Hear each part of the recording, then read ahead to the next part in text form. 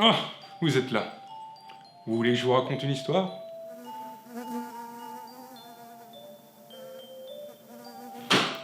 Paf la mouche. Ah, j'adore les animaux. Surtout les chiens. D'ailleurs, ça me rappelle une histoire.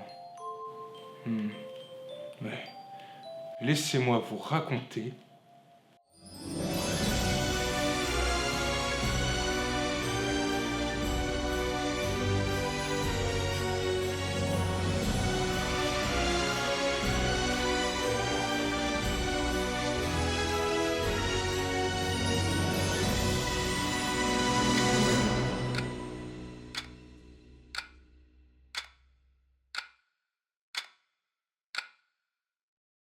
Il y a parfois des cadeaux qui n'ont besoin ni d'emballage, ni de ruban. Parfois, il suffit d'un regard humide, d'un petit museau froid, et tout s'apaise. Fin. En ce soir d'hiver, quelques jours avant Noël, et dans la maison de la famille Delcourt, le miracle était assis. Le vent giflait les volets. La neige s'entassait sur le paillasson, et la lumière chaude du lampadaire faisait danser des ombres timides sur la façade. À travers la porte vitrée, on distinguait le sapin, un peu bancal, un peu nu, et un petit garçon, Tom, le menton collé contre la vitre, les yeux humides. Malgré le regard triste qui émanait de lui, Tom ne pleurait pas, ou, plus précisément, il ne pleurait plus. Le petit garçon avait l'impression de s'être vidé totalement de ses liquides lacrymales depuis le départ de son père quelques mois plus tôt. Et ça, Tom n'arrivait pas à s'y faire. Dans le blanc de la nuit, quelque chose bougea.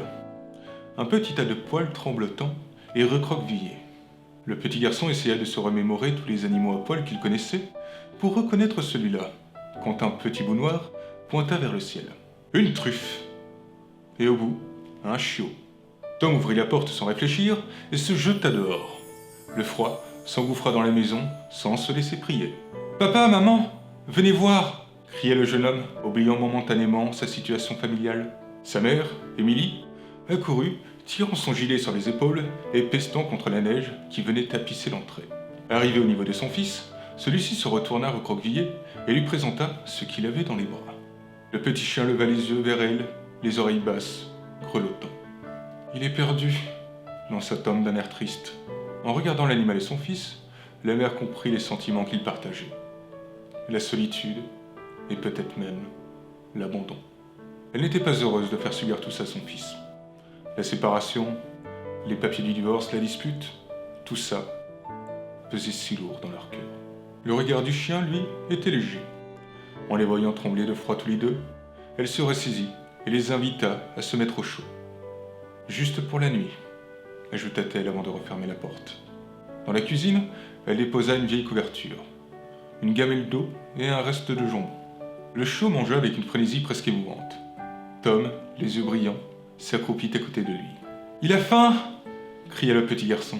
« Bah oui, comme tout le monde ici, » répondit sa mère en entendant le ventre de son fils gargouiller. Elle sortit alors des assiettes et servit le repas tout juste chaud. Le chiot s'était quelque peu réchauffé et attendait auprès de Tom que la nourriture tombe par magie. Bien évidemment, la magie opéra, et les regards surpris de Tom ne dupèrent pas sa mère. Mais elle ne dit rien, tant elle était heureuse de voir à nouveau son fils sourire. Elle ne répliqua pas non plus lorsque le petit chien suivit l'enfant dans sa chambre lorsqu'il alla se coucher. Elle lui demanda simplement de le faire sortir, s'il devait faire ses besoins. Ce à quoi le petit garçon répondit qu'il ira aux toilettes comme un grand. Ils se dirent bonne nuit, et en quelques secondes, ils disparurent à l'étage. Le lendemain matin, la neige avait cessé. La mère de Tom appela son ex-mari afin de convenir de certaines choses. Mais, avant qu'elle ait pu dire un mot, le père entendit son fils crier dans le combiné. « Papa, papa, on a un chien !»« Ouais !» Le père de Tom entendit soupirer et rigoler. Et il comprit qu'il devait faire vite. Celui-ci arriva en début de soirée un peu gêné. Il y avait encore sa tenue de travail et des traces de cambouis sur la manche. Il avait fait au plus vite pour ne pas perdre de temps une fois sorti du garage. En poussant la porte, il appela la femme et l'enfant. Mais ce fut une petite boule de poil qui vint l'accueillir, la queue battant et la langue pendante. Bonjour ? À qui ai-je l'honneur ?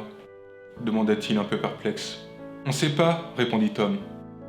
Il a pas de collier, mais il est gentil. Il a pas de nom. Enfin, pas encore. Pas encore, répondit son père dans un murmure. En relevant la tête, il croisa le regard de son ex-femme qui lui faisait signe de la rejoindre dans la cuisine. Le père passa sa main dans les cheveux ébouriffés du petit garçon et s'excusa un instant. Une fois dans la cuisine, la mère lui raconta toute l'histoire. Le père hocha la tête pensif.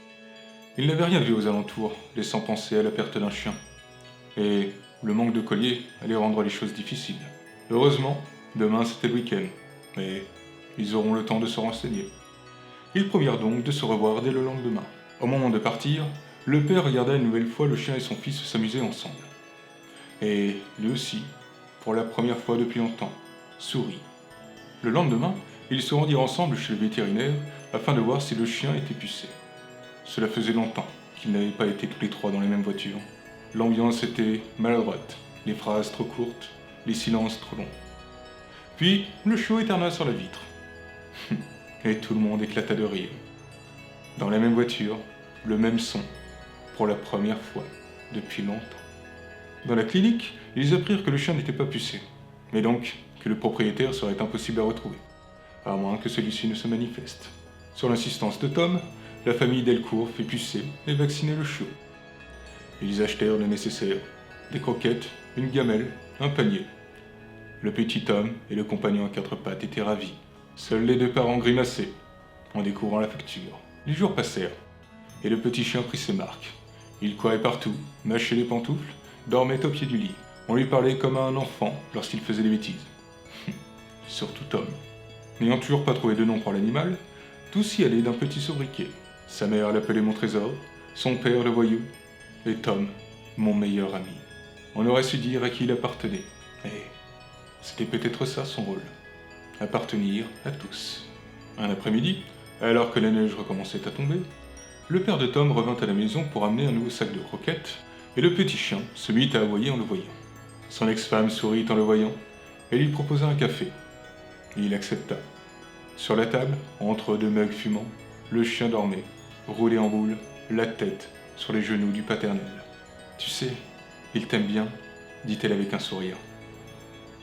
« Moi aussi, » répondit-il en caressant la tête de l'animal. Le silence revint, mais il n'était plus lourd. Dans l'angle de la porte, Tom observait la scène. Quelque chose avait changé dans le regard. Quelque chose que le petit garçon n'avait pas vu depuis longtemps. Il avait le sentiment d'avoir eu son cadeau de Noël avant l'heure. Et bien plus. Et pas seulement pour lui. Noël approchait de plus en plus. Et son père venait de plus en plus souvent. Tous les trois, ils semblaient rattraper les membres perdus de ces derniers mois. La joie revint autant dans la maison que dans leur cœur. Ils accrochèrent des guirlandes, vêtirent un peu plus le sapin, le garnissant de boules de toutes les couleurs et d'une étoile neuve, et placèrent 4 chaussettes près des photos du salon. Pendant ce temps-là, le petit chiot trottinait entre eux, comme un lien vivant. Il n'y avait plus de tension dans les gestes des parents de Tom, plus de regards fuyants ou de regrets. Il y avait à nouveau des regards doux et des sourires.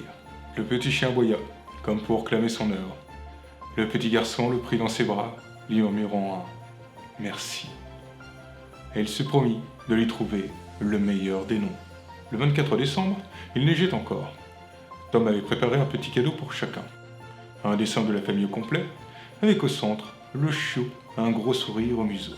Le petit garçon et son père devaient sortir pour aller chercher du pain, pendant que la mère de Tom terminait de préparer le repas. Cela n'avait pas été prévu à la base, mais ils allaient quand même fêter Noël tous les trois.